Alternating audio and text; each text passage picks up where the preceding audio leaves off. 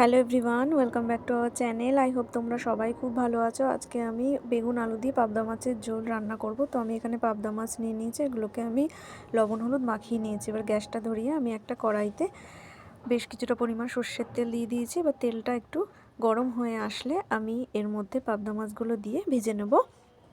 তো আমি এখানে এক এক করে সব পাবদা মাছগুলো দিয়ে দেবো, দিয়ে এগুলো ভালো করে আমি ভেজে নেব।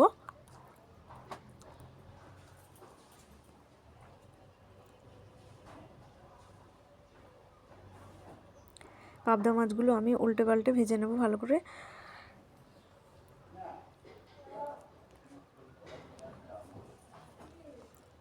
মাছগুলো আমার ভাজা হয়ে গেছে, এবার আমি এগুলো একটা প্লেটের মধ্যে তুলে নেব।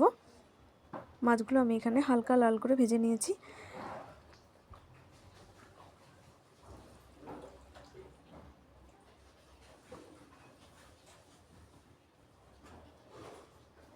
তো আমি এখানে সব মাছগুলোই প্লেটে তুলে নিয়েছি। এবার এই একই তেলের মধ্যে বাকি মাছগুলো আমি একই রকমভাবে ভেজে নেব।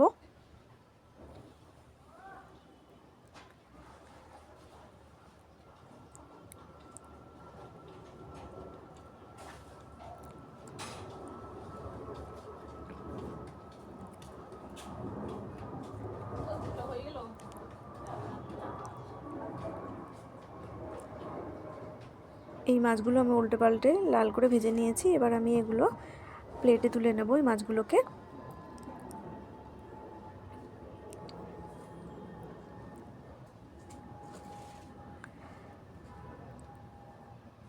তো এখানে আমার সব পাবদা মাছগুলোই ভাজা হয়ে গেছে। এবার আমি আলু আর বেগুন কেটে নিয়েছি। তো এই আলু আর বেগুনগুলোকে আমি ভেজে নেব। এখানে আমি আগে বেগুনগুলোকে ভেজে নেব। আমি এখানে বেগুনগুলোকে দিয়ে একটু লাল লাল করে বেগুনগুলোকে আমি ভেজে নেব।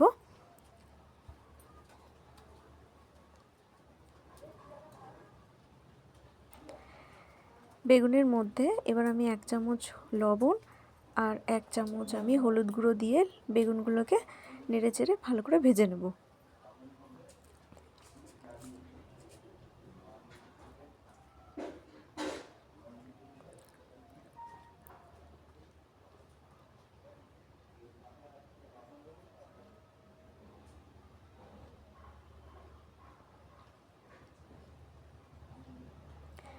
তো বেগুনগুলো আমি সুন্দর করে ভেজে নিয়েছি লাল লাল করে। তো আমি এগুলো বেগুনগুলোকে আমি একটা প্লেটের মধ্যে তুলে নেব।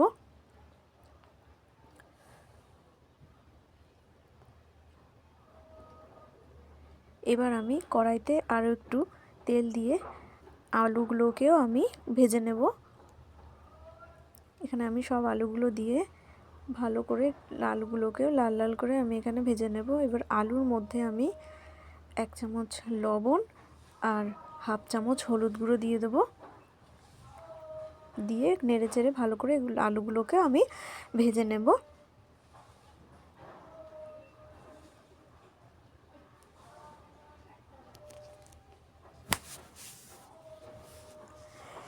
এবার আমি কড়াইতে জিরে আর তেজপাতা ফোড়ন দিয়ে দিয়েছি। জিরে আর তেজপাতাটা একটুখানি ভেজে আমি এর মধ্যে একটা টমেটো কুচি দিয়ে দেবো। টমেটো কুচিটা দিয়ে টমেটোকে একটু হালকা করে ভেজে নেব। ভেজে নেওয়ার পর আমি এর মধ্যে 1 চামচ জিরের গুঁড়ো, 1 চামচ ধনের গুঁড়ো, 1 চামচ লঙ্কার গুঁড়ো, 1 চামচ লবণ দিয়ে আমি এটাকে ভালো করে নেড়ে চেড়ে নেব। মশলাগুলোকে একসঙ্গে মিশিয়ে নেব। মশলাগুলোকে একটু মিশিয়ে নেওয়ার পর আমি এখানে 1 চামচ হলুদ গুঁড়ো দিয়ে দিয়েছি। হলুদ গুঁড়ো দিয়েও আমি এটাকে ভালো করে নেড়ে চেড়ে নেব। এবার আমি এর মধ্যে 1 চামচ গোলমরিচের গুঁড়ো দিয়ে দিয়েছি আর সামান্য পরিমাণ একটু জল দিয়ে মশলাটাকে একটুখানি কষিয়ে নেব।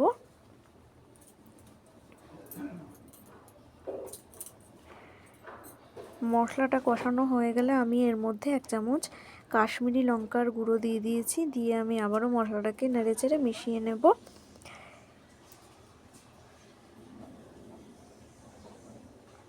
মশলাটা একটু ভাজা ভাজা হয়ে আসলে আমি এর মধ্যে আবারও আরেকটু জল দিয়ে মশলাটাকে এবারে ভালো করে একটু কষতে দেব।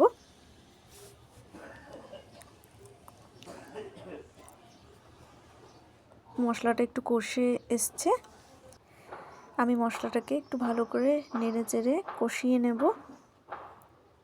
তো মশলাটা এখানে ভালোভাবে কষে এসছে, মশলা থেকে তেল ছাড়তে শুরু করেছে। এবার আমি এর মধ্যে ভেজে রাখা আলুগুলোকে দিয়ে দেব। আলুগুলোকে দিয়ে আমি ভালো করে নেড়ে চেড়ে মশলার সঙ্গে একটু কষিয়ে নেব।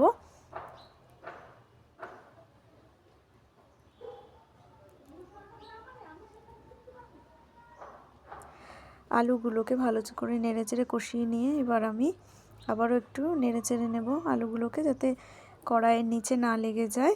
এবার আমি এর মধ্যে জল দিয়ে দেবো। এখানে আমি 2 গ্লাস পরিমাণ জল দিয়েছি। জল দিয়ে এটাকে ভালো করে নেড়ে চেড়ে মশলাগুলো ভালো করে নেড়ে চেড়ে আমি এবার এটাকে একটা ঢাকনা দিয়ে ঢেকে দেব, যাতে করে এটা তাড়াতাড়ি ফুটে ওঠে। তো ঢাকনা দিয়ে ঢেকে দেওয়ার পর কিছুক্ষণ পর ফুটে উঠেছে। এবার আমি ঢাকনাটা তুলে একটুখানি নেড়ে নেব।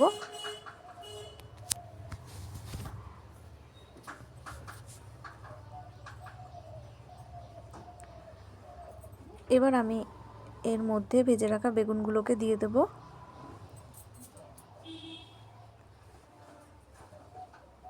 বেগুনগুলোকে দিয়ে একটু নেড়ে চেড়ে আমি এটাকে আবারও ঢাকনা দিয়ে ঢেকে দেব।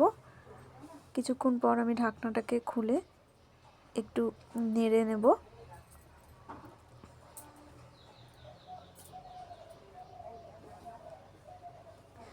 এবার আমি এর মধ্যে ভেজে রাখা মাছগুলোকে দিয়ে দেব। মাছগুলোকে দিয়ে আমি হালকা হাতে একটুখানি নেড়ে দেব।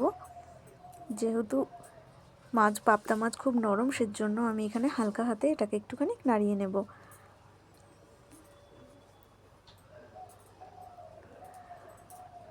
এবার আমি এর মধ্যে কেটে রাখা ধনেপাতাগুলোও দিয়ে দেবো। ধনেপাতাগুলো দিয়েও আমি এটাকে একটুখানি নাড়িয়ে চাড়িয়ে নেব হালকা হাতে। তো বেগুন আলু দিয়ে পাবদা মাছের ঝোলের রেসিপি আমাদের একদম রেডি। তো আপনারা বাড়িতে এইভাবেই ট্রাই করে দেখতে পারেন পাবদা মাছের ঝোল।